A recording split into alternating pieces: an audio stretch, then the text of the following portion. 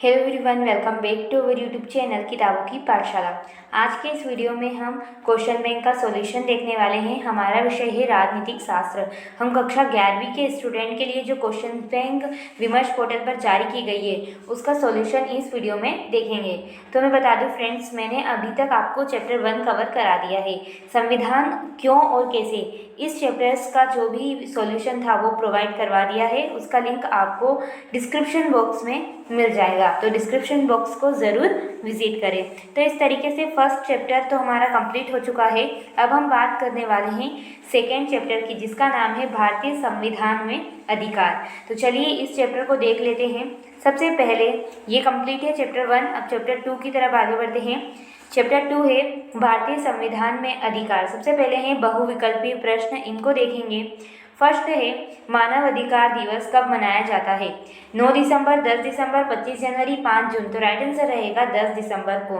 उसके बाद अगला क्वेश्चन है हमारे सामने, संपत्ति के अधिकार को किस संविधान संशोधन द्वारा हटाया गया? तो ये हटा गया 44वें संविधान संशोधन द्वारा। 1976 में मौलिक कर्तव्य किस संविधान संशोधन द्वारा जोड़े गए? तो 42वां, 43वां, 44वां, 46वां। तो राइट आंसर रहेगा 42वां। उसके बाद मौलिक अधिकारों के संशोधन में सक्षम है संसद, सर्वोच्च न्यायालय, चुनाव आयोग या राज्यसभा? तो राइट आंसर रहेगा इसमें संसद सक्षम है। उसके बाद मौलिक अधिकारों में कोई कटौती नहीं की जा सकती, सुप्रीम कोर्ट के किस निर्णय में कहा गया था? ओके, बहुत ही फेमस केस है, वो है केशवानंद भारती केस 1973। इसमें कहा गया था सुप्रीम कोर्ट के द्वारा कि मौलिक अधिकार में कोई भी कटौती नहीं की जा सकती। तो इस तरीके से सही विकल्प कंप्लीट होते हैं। अब देखते हैं सत्य असत्य को।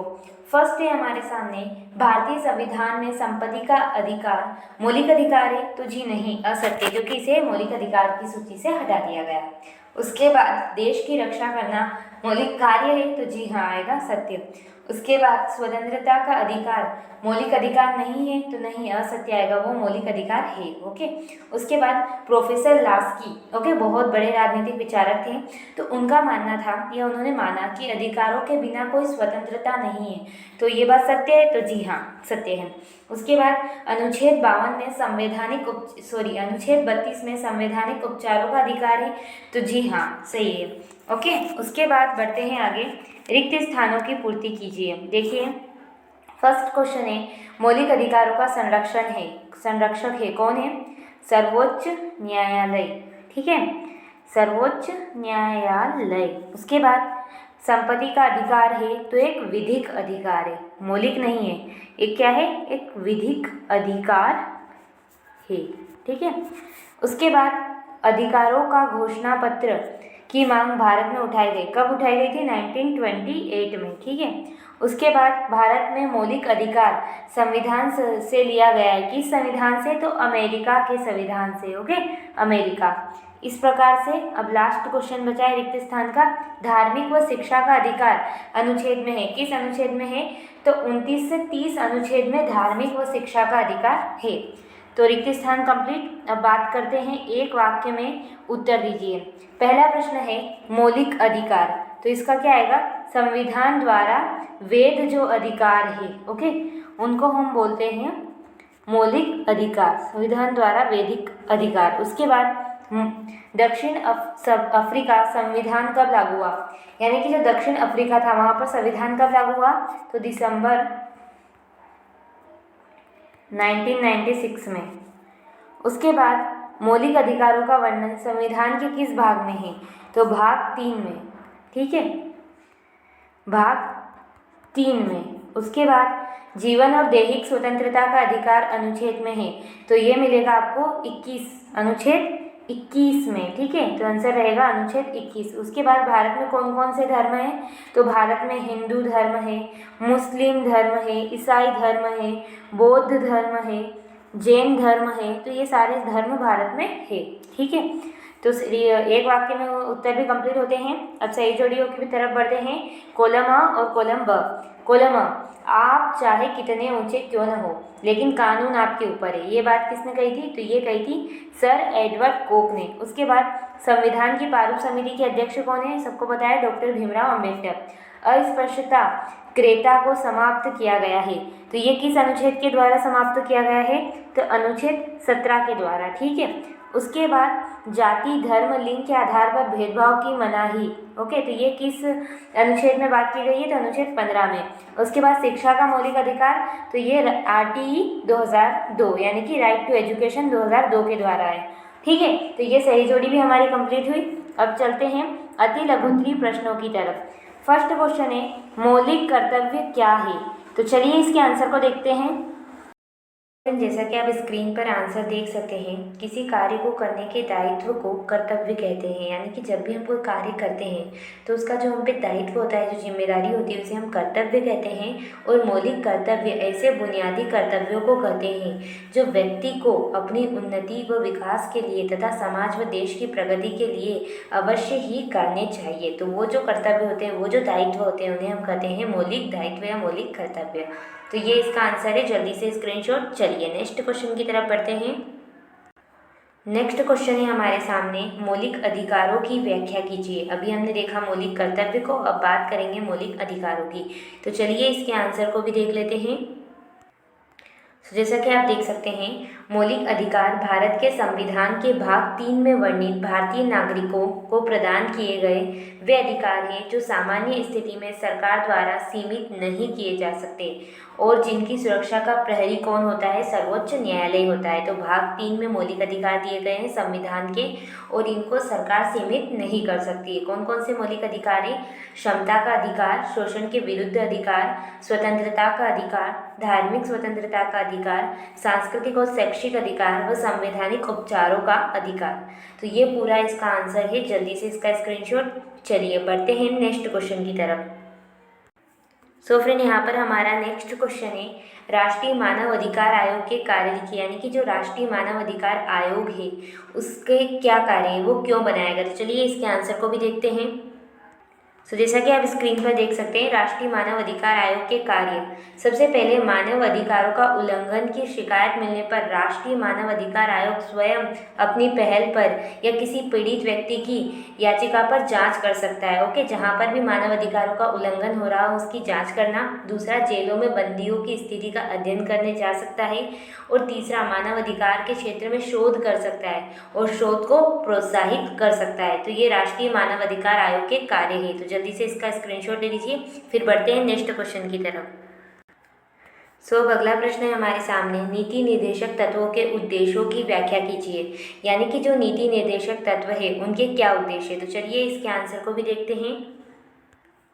जैसा कि आप स्क्रीन पर देख सकते हैं, नीति निर्देशक तत्व के उद्देश्य। तो पहला उद्देश्य है लोगों का कल्याण, सामाजिक, आर्थिक व राजनीतिक न्याय देना।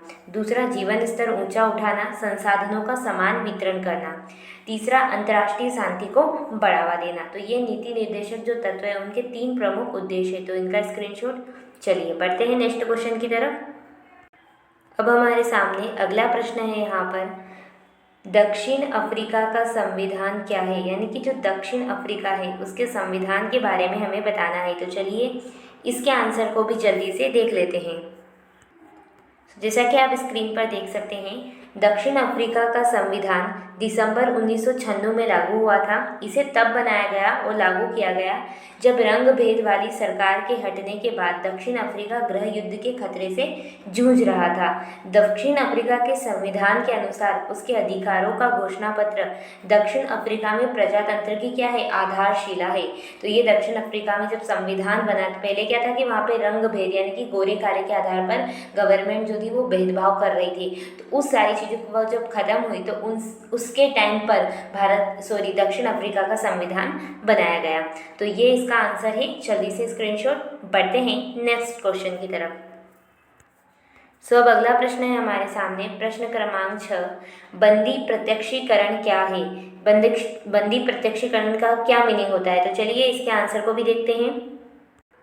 जैसा कि आप स्क्रीन पर देख सकते हैं, बंदी प्रत्यक्षीकरण के द्वारा न्यायालय किसी गिरफ्तार व्यक्ति को न्यायालय के सामने प्रस्तुत करने का आदेश देता है। यानी कि बंदी प्रत्यक्षीकरण में क्या होता है, जो कोर्ट होती है वो उस गिरफ्तार व्यक्ति को कोर्ट में प्रस्तुत होने का आदेश देती है। यदि गिरफ्तारी का तरीका या कारण गैर कानूनी या संतोषजनक हो तो न्यायालय गिरफ्तार व्यक्ति को छोड़ने का भी आदेश दे सकती है। ओके, तो जब वो छोड़ने का आदेश देते हैं तो उसे कहते हैं बंदी प्रत्यक्षीकरण। तो ये इसका आंसर है। आई होप आपको समझ आ गया होगा। चलिए बढ़ते हैं क्वेश्चन बैंक की तरफ। इस तरीके से हमारे प्रश्न क्रमांक 6 के अति लघुत्तरीय प्रश्न 2 मार्कर कंप्लीट होते हैं। ठीक है, उसके बाद हम आगे देखेंगे प्रश्न क्रमांक 7 में लघुत्तरीय प्रश्न, जिसमें हम 3 मार्कर क्वेश्चन का कवर करने वाले हैं। तो फर्स्ट क्वेश्चन है, शोषण के विरुद्ध अधिकार को समझाइए। जो हमारा एक मूल अधिकार है, शोषण के विरुद्ध अधिकार, वो क्या है उसके बारे में एक्सप्लेनेशन देनी है। तो चलिए इसके आंसर को भी देखते हैं। फ्रेंड, आप स्क्रीन पर देख सकते हैं, भारत में सदियों से किसी न किसी रूप में दास्ता की प्रथा विद्यमान है। ओके, जिसके अंतर्गत हरिजन, खेतीहर, श्रमिकों, स्त्रियों पर अत्याचार किए जा रहे हैं। आपको पता होगा, आपने सुना भी होगा कि भारत में सदियों से क्या हो रहा है, कुछ लोगों को बहुत दबाया जा रहा है, उनका शोषण किया जा रहा है। इसीलिए संविधान के अनुच्छेद 23 और अनुच्छेद 24 द्वारा सभी नागरिकों को शोषण के विरुद्ध अधिकार प्रदान किए गए हैं। मौलिक अधिकारों में से एक शोषण के विरुद्ध अधिकार में निम्नलिखित व्यवस्था की गई है। जैसे पहली तो ये कि मनुष्य के क्रय विक्रय और बेगार पर रोक होगी। सॉरी, यहाँ पे रोक नहीं आएगा, रोक। ओके, तो मनुष्य का जो क्रय विक्रय, यानी कि कोई भी मनुष्य यानी कि मानव को बेच नहीं सकता और नहीं किसी कोई मानव को खरीद सकता है। यहाँ पे वस्तुओं की बात नहीं हो रही, मनुष्य को बेचने की बात हो रही। और बेगार पर भी रोक रहेगी।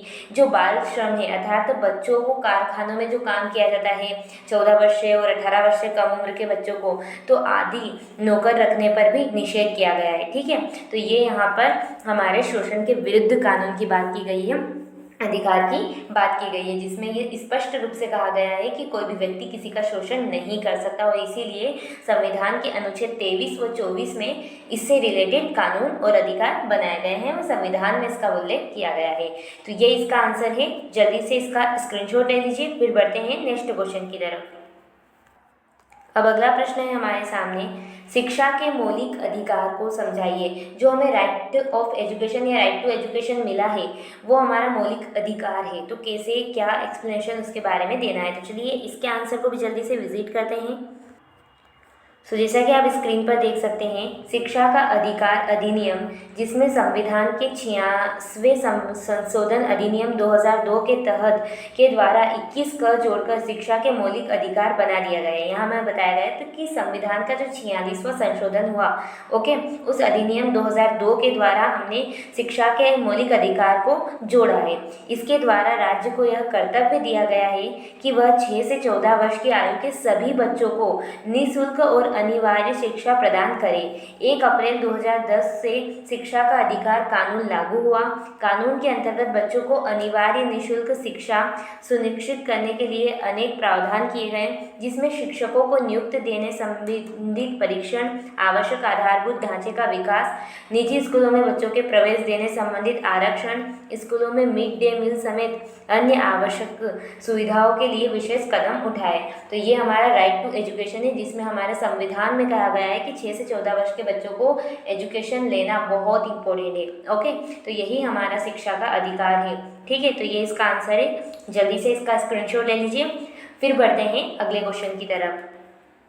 अब हमारे सामने अगला प्रश्न है, संवैधानिक उपचारों के अधिकारों की व्याख्या कीजिए। अभी हमने शोषण के विरुद्ध, फिर शिक्षा का मौलिक अधिकार, और फिर एक और हमारा अधिकार होता है संवैधानिक उपचारों का मौलिक अधिकार। तो अब हमें इसकी व्याख्या करनी है, यानी कि ये क्या है इसके बारे में बताना है। तो चलिए इसके आंसर को भी देखते हैं। जैसा कि आप स्क्रीन पर देख सकते हैं, संवैधानिक उपचारों का अधिकार, डॉक्टर अंबेडकर ने इस अधिकार को संविधान का हृदय यानी कि हार्ट कहा है और आत्मा की संज्ञा दी है, यानी कि ये हमारे संविधान का सबसे महत्वपूर्ण अधिकार है। इसके अंतर्गत अब ये क्या है, क्या मतलब है, तो इसके अंतर्गत हर नागरिक को यह अधिकार प्राप्त है कि वह अपने मौलिक अधिकारों के उल्लंघन किए जाने पर सीधे उच्च न्यायालय यानी कि सर्वोच्च न्यायालय जा सकता है।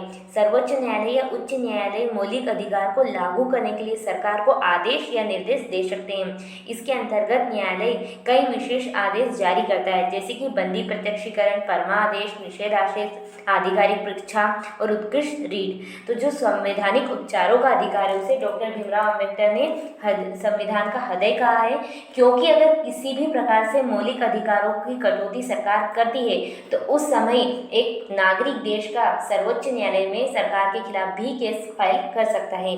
तो इसलिए संवैधानिक उपचारों का अधिकार सबसे मोस्ट इम्पोर्टेंट अधिकार हो जाता है। ओके, तो ये इसका आंसर है। जल्दी से इसका स्क्रीनशॉट ले लीजिए। अब हमारे सामने अगला प्रश्न है, प्रश्न क्रमांक 4, भारत के नागरिकों के मौलिक कर्तव्य की व्याख्या कीजिए। अभी तक हमने बात की मौलिक अधिकारों की, अब हमें देखना है हमारे मौलिक कर्तव्य कौन कौन से हैं। तो चलिए जल्दी से इसके आंसर को देख लेते हैं। तो देखिए स्क्रीन पर, नागरिकों के मौलिक कर्तव्य। वर्ष 1976 में संविधान का 42वां संशोधन किया गया। अन्य प्रावधानों के अलावा इस संशोधन से संविधान में नागरिकों के मौलिक कर्तव्य की सूची का समावेश किया गया, जिसमें कुल 10 कर्तव्यों का उल्लेख है। लेकिन इन्हें लागू करने के संबंध में संविधान अभी भी क्या है, मौन है। तो मौलिक कर्तव्य को कब लाया गया? 42वें संशोधन द्वारा 1976 में लाया गया। नागरिकों के रूप में हमें संविधान का पालन करना चाहिए, ये हमारे मौलिक कर्तव्य है। हमें देश की रक्षा करनी चाहिए, ये भी हमारा मौलिक कर्तव्य है। सभी नागरिकों में भाईचारा बढ़ाने का प्रयास करना चाहिए, पर्यावरण की रक्षा करनी चाहिए। परंतु यह ध्यान देने की बात है कि संविधान मौलिक कर्तव्यों के अनुपालन के आधार पर या उनकी शर्त पर हमें मौलिक अधिकार नहीं देता है। इस दृष्टि से संविधान में मौलिक कर्तव्यों के समावेश से हमारे मौलिक अधिकार पर कोई भी प्रतिकूल असर नहीं पड़ेगा। यानी कि जो मौलिक अधिकार है उसके मामले में जो संविधान है वो पूर्णतः स्पष्ट नहीं है, यानी कि मौन है। लेकिन ये हमारी जिम्मेदारी है कि हम अपने मौलिक कर्तव्यों का अच्छे से निर्वाह करें, और ये 42वें संशोधन द्वारा इसकी सूची जारी की गई थी, ओके, संविधान में। तो ये इसका आंसर है पूरा, नागरिकों के मौलिक कर्तव्य। तो इसका स्क्रीनशॉट ले लीजिए। चलिए बढ़ते हैं नेक्स्ट क्वेश्चन की तरफ। अब हमारा नेक्स्ट क्वेश्चन है तथा इस चैप्टर का लास्ट क्वेश्चन है, बंधुआ मजदूरी समाज के विकास में बाधक है, समीक्षा कीजिए। तो चलिए इसके आंसर को भी देख लेते हैं। जैसा कि आप देख सकते हैं स्क्रीन पर, ऐसा व्यक्ति, सबसे पहले तो ये समझना है कि बंधुआ मजदूरी किसे कहते हैं। तो देखो, ऐसा व्यक्ति जो लिए हुए ऋण को चुकाने के बदले, यानी कि अगर वो किसी व्यक्ति से कर्ज ले लेता है, ऋण ले लेता है, लोन ले लेता है, तो उसके बदले ऋणदाता के लिए श्रम करता है, यानी कि जब वो चुका नहीं पाता है तो वहाँ लेबर बनता है, वहाँ श्रम का कार्य करता है या अपनी सेवा देता है, तो उसको हम बोलते हैं बंधुआ मजदूरी, यानी कि बाउंडेड लेबर कहा जाता है। इसे अनुबंध श्रमिक या बंधक मजदूर भी कहते हैं। कई बार ऐसा भी देखा गया है कि बंधुआ मजदूरी एक पीढ़ी से दूसरी पीढ़ी तक अनवरत रूप से चलती रहती है। यानी कि बहुत बार क्या होता है, अगर किसी के पिताजी ने कर्ज लिया और वो कर्ज नहीं चुका पाए, इसलिए वो वहाँ पे काम कर रहे, बाद में क्या होगा कि वो बच्चा भी वहीं पे कार्य करता रहेगा। तो जिसकी वजह से क्या होता है, देश में शोषण होता है लोगों का, ओके। और इसी पूरी प्रोसेस को हम बोलते हैं बंधुआ मजदूरी। अब देखो, ये जो बंधुआ मजदूरी है ना, ये हमारे समाज के लिए कलंक है, एक कलंक है। इसके कारण क्या होता है, समाज के एक विशेष तबके का अत्यधिक शोषण होता है, क्योंकि कुछ लोगों का जो पीढ़ी दर पीढ़ी बस काम किए जा रहे, उनका काफ़ी शोषण होता है। विशेषकर दलित इसके कारण शोषित होते हैं, और खासकर जिनको जो दलित वर्ग के लोग हैं उनको काफ़ी शोषित किया जाता था पहले और अभी भी, जिसके परिणाम स्वरूप समाज का एक वर्ग क्या हो जाता था, पीछे छूट जाता था या पिछड़ जाता था, जो देश के तथा समाज के विकास में क्या है, बाधा है। तो इस तरीके से ये जो बंधुआ मजदूरी है ये हमारे देश और समाज के विकास में बाधक बन रही है। तो ये इसका पूरा आंसर है। जल्दी से इसका स्क्रीनशॉट ले लीजिए।